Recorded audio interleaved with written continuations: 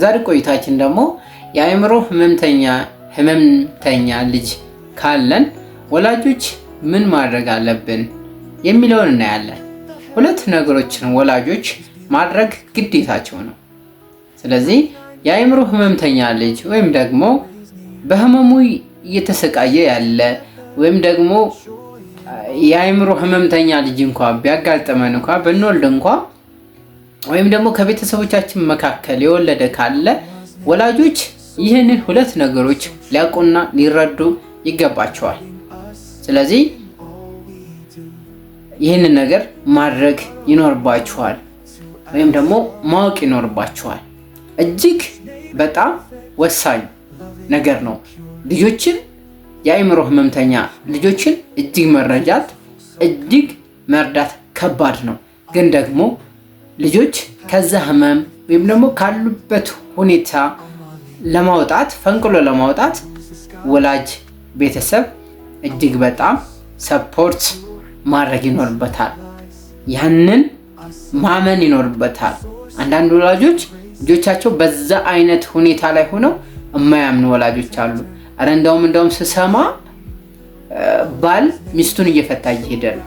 የአእምሮ ህመምተኛ ልጅ ይወልድና እኔን የአእምሮ ህመምተኛ ልጅ ማሳደግ ወይም ደግሞ ማሳከብ አልፈልግም ብሎ ሚስቱን እየፈታ እየሄደ እንደሆነ ደርሼበታለሁ።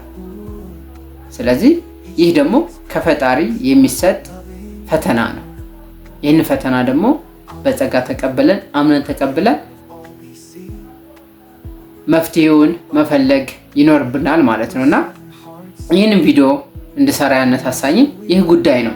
ስለዚህ የአእምሮ ህመም ላለበት ሰው የቤተሰብ ድጋፍ እጅግ በጣም ወሳኝ ወይም ደግሞ አዎንታዊ ሚና አለው። ስለዚህ በተለይ ህመሙን ተቋቁሞ በቶሎ አገግሞ ወይም ደግሞ በቶሎ ተሽሮት ወይም ደግሞ በቶሎ እንዲሻለው ማድረግ ወይም ደግሞ ወደ መደበኛ ህይወት ለመመልከት ወይም ደግሞ ለመመለስ እጅግ ወሳኝና አዎንታዊ ሚና አለው። ስለዚህ ወይም ደግሞ ወደዛኛው ህይወት ለማምጣት በጣም ሂደቱን ምን ያደርግልናል? ፈጣን ያደርግልናል። ስለዚህ ወላጆች ትልቅ የሆነ ኃላፊነት አለባቸው። በተቃራኒው የቤተሰብ አባልን የአእምሮ ህመም ለመቀበል በታማሚው ላይ ጫና በህመሙ ላይ የመባባስ እንዲሁም በአካባቢው ማህበረሰብ የመገለል አዝማሚያን ያሳያል። ወይም ደግሞ አዝማሚያው ወደ ማህበረሰቡ ምን ያደርገዋል? ያንን ልጅ ያገለዋል። ስለዚህ የቤተሰብ አባል የአእምሮ ህመም ሲኖርበት ማድረግ ያለባችሁ ነገር አንደኛ ምንድነው? በቂ መረጃ መሰብሰብ ይኖርባችኋል። ስለ ህመሙ ሊሰበሰቡ ይገባል። ስለ ህመሙና ስለ ህክምናው በቂ መረጃ ማግኘት ወይም ደግሞ በቂ መረጃ እንዴት እንደምታገኙ ዲቴል ልታጠኑ ይገባል፣ ልታውቁ ይገባል። ስለዚህ ማንን ትጠይቃላችሁ? ስለ ህመሙና ስለ ህክምናው ከባለሙያዎች ወይም ደግሞ ከህክምና ባለሙያዎች ዶክተሮች ሊሆን ይችላል። ከህክምና ተቋማት ወይም ደግሞ በተመሳሳይ መንገድ እየታከሙ ካሉ ታማሚዎች መረጃ መሰብሰብ ያስፈልጋል። ስለዚህ ከታካሚው ቤተሰቦችም ሊሆን ይችላል።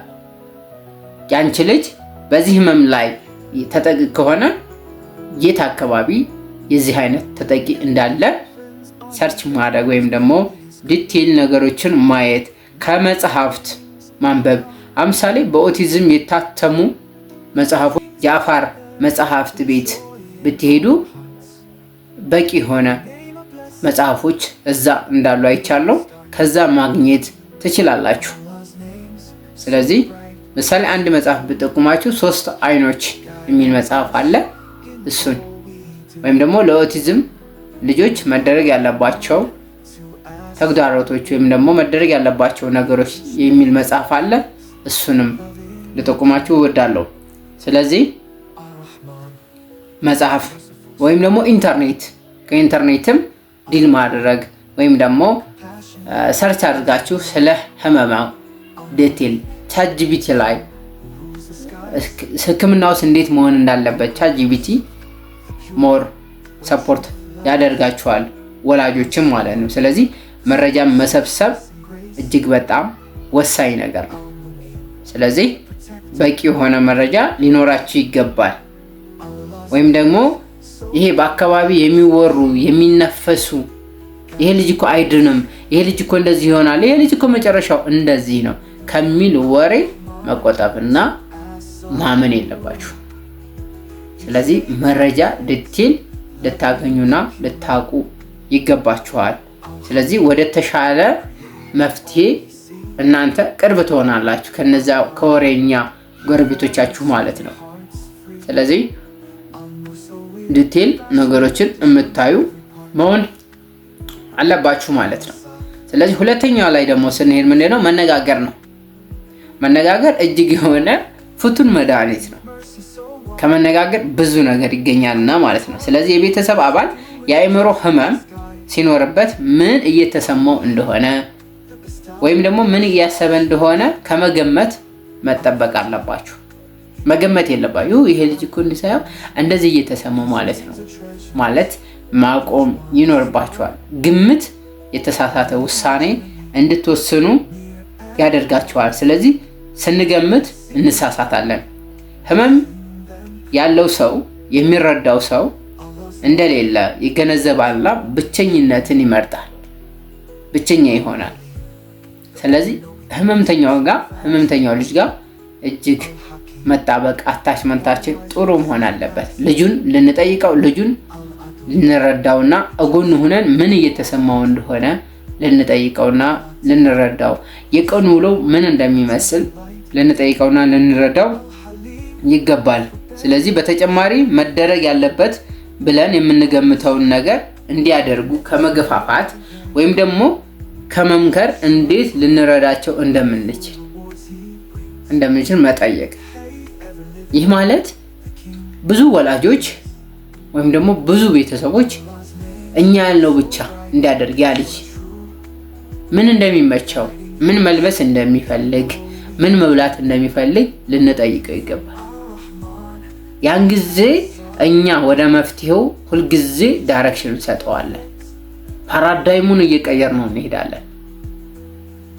እናንተ የምትሉ ሌላ ልጁ የሚፈልገው ሌላ ከሆነ ጸባዩ ለራሱ እጅግ ሃይፐር አክቲቭ የሆኑ ልጆች አሉ፣ አግሬሲቭ የሆኑ ልጆች አሉ። ስለዚህ ጸባያቸውን ልንረዳ የምንችለው ምን ሲሆን ነው? እንደነሱ ዝቅ ብለን እኛ ብንሆን በነሱ ቦታ ብለን አስበን ልንረዳቸውና ልናነጋግራቸው ይገባል። በተጨማሪም በራስ መተማመናቸው ስለሚጨምር ኃላፊነት እንዲወስዱ ያግዛቸዋል። ስለዚህ ጥሩ የሆነ አታችመንት፣ ጥሩ የሆነ ንግግር፣ እነሱ የሚፈልጉትን ነገሮችን እየጠየቅ ስናደርግላቸው ከኛ ጋር ጥሩ የሆነ አታችመንት ይኖር፣ ከነሱ ጋር ደግሞ ጥሩ የሆነ ሰልፍ ኮንፊደንስ ይኖራቸዋል ማለት ነው። ስለዚህ እነዚህን ነገሮች በማድረግ ልናግዛቸውና ልንረዳቸው እጅግ ይገባል ወይም ደግሞ ያስፈልጋል። ስለዚህ ወላጆች ትልቅ የሆነ ኃላፊነት፣ ትልቅ የሆነ ዝግጅት ይጠበቅባቸዋል። ልጆቻችሁ በዚህ አይነት ህመም ላይ ካሉ ሳይኮሎጂካል ህመሞች ላይ ሞር ሳይኮሎጂካል ህመሞች ላይ ካለ ከቤተሰቦቻችሁ አካልም ካለ እጅግ የሆነ በቂ መረጃ ሊኖረን ይገባል። መነጋገርም ይገባናል ከልጁ ጋር ማለት ነው።